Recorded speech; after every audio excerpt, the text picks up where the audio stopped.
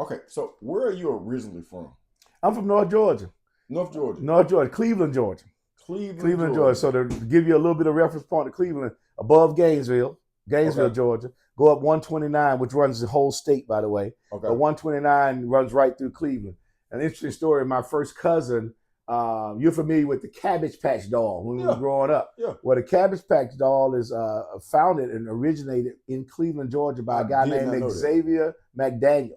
Him and my first cousin were best friends. He tried to, talk about financial literacy, he tried to get my cousin to invest $300 into the Cabbage Patch doll concept and dream. No. He could get no investors, nobody to believe in him. He had to go to Europe to get somebody to believe in him. The rest is history because he took off after the Olympics. Mm-hmm. They gave him a $40 million contract to produce the Cabbage Patch doll as the national doll for and the rest was history. Now he was doing well, around the country, around the world. Mm-hmm. But just think about, one of my cousins, high school buddy now. Yeah. And he said, "Nah, that ain't gonna work." And and I know $300 is a lot of money back in then, but you look at potential. Yeah. Our family had still has a good part of land, but we had 186 acres of land up in North Georgia, which is not really common for Black folk to have that much land at all. Divided up, and my grandfather was able to divide that up, I think, 9 different ways for family members, immediate sons and daughters, and then that's been passed down. So my mother and my auntie are the ones, the caretakers of our land. Our 21 acres are there, but then it'll probably pass to myself and one of my cousins because we want to keep it in the family. So whatever we want to do. So right on 129, off it's literally off 129 before you get into Cleveland, Georgia. Yep. So all of that's up there, and let's just say reference point again is 10 to 12 miles is Helen. Gotcha. Georgia, where everybody hangs out in October. Gotcha. October. So you grew up in a household with both parents? No, I grew up in a household with only one parent. My dad left us when we were 4 years old, man. My mom came here because of domestic abuse.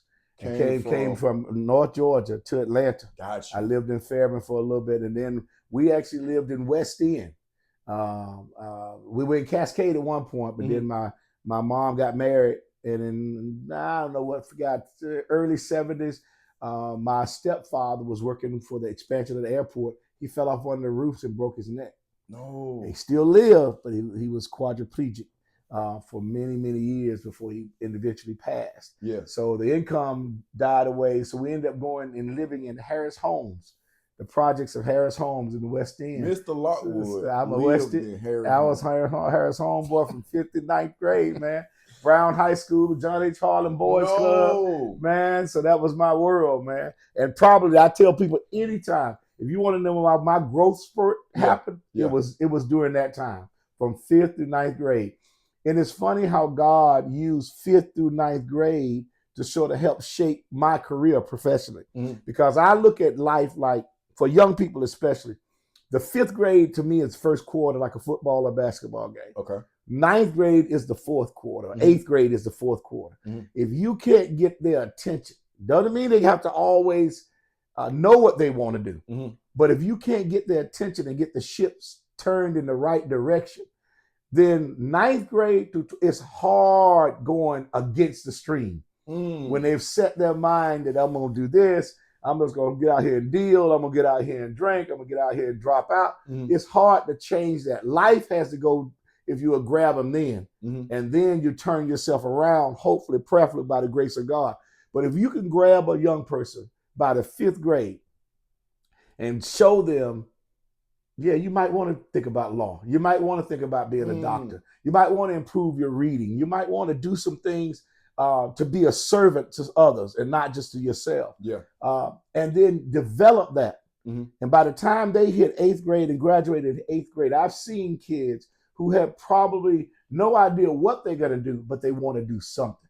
And I often say, if you have a want to, God will always give you a how to. He always does. He gives you somebody in your life. Mine was my boys club director, Terry Nelson, who was in my wedding as my father. Wow. Because I thought so much of him and respect him so much because he showed me some how-tos, and that it's just a phenomenal way. And most of my career, even though I taught high school, I found myself gravitating back to 5th through 8th grade, those middle school years. This is not my interview, but you were mine.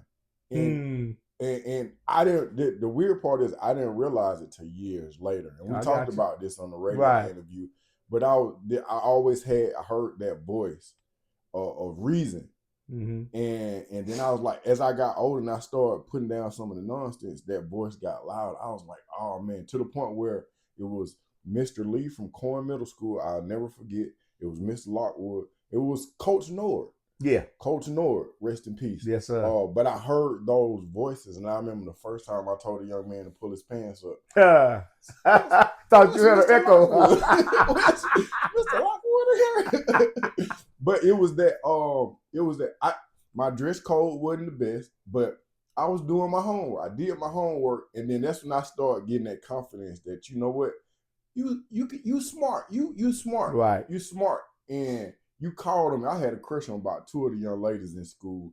And I know when I get to 3rd period, I'm about to shine. I ain't got the freshest shoes. Right. But I'm going to have them answers. And he going to give me a time to shine. I'm gonna shine. So I appreciate you for that. But you brought certain things out of people where it was just, the respect level was always there. No nonsense.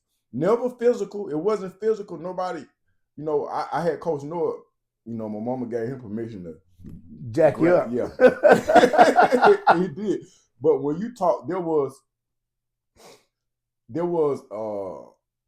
as a man, it's respect, but when Mr. Lockwood, if he had to get loud, it was, you better get in line. You better get in line. So I mimic that whenever it is that I'm interacting with a bunch of little me's. So I thank you for that. I appreciate it, brother. I appreciate it, man. What was life like for you in the heart of Atlanta during the 70s?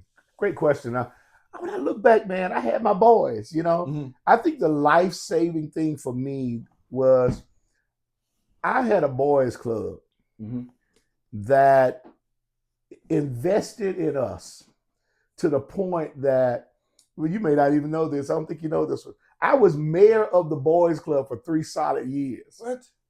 So even when I was in the 8th grade, my director saw enough in me that he said the John H. Harlan Boys Club, which was really heavily sponsored by the Harlan Check Company, the Harlan who made checks.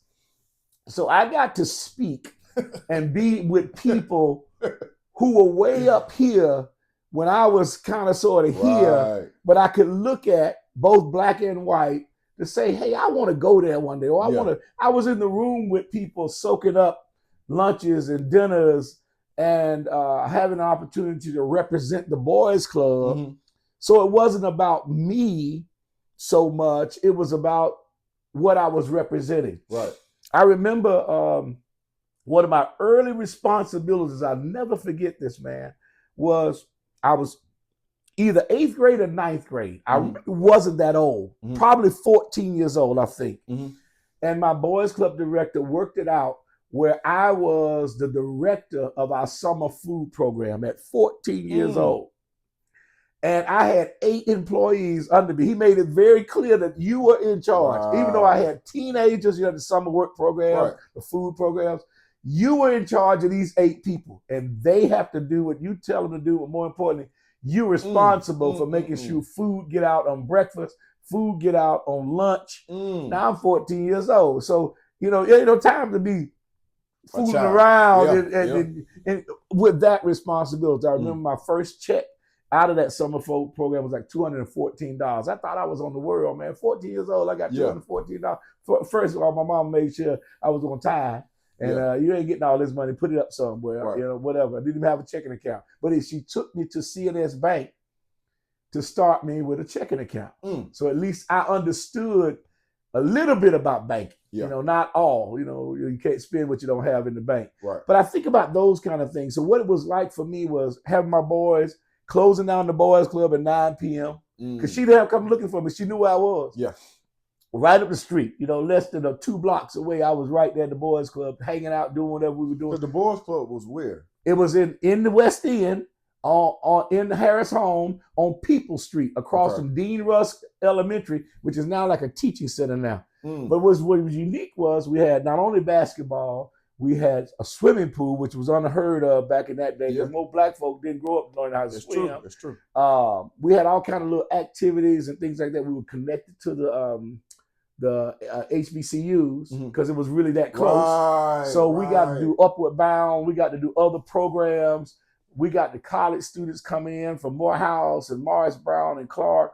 So when you look back, we had people pouring into us. And when you said something just a few minutes ago, that was, you don't know until you get a little further down the road what God was blessing you with. And so I had these young men talking to me about W.D. Du Bois and Booker T. Washington and people that I had really not grasped yet because I wasn't in high school, but yet I was hearing names that I later would kind of afford to teach because I actually taught history for so many years. So those seeds were being planted along the way. But man, I had a great childhood, man.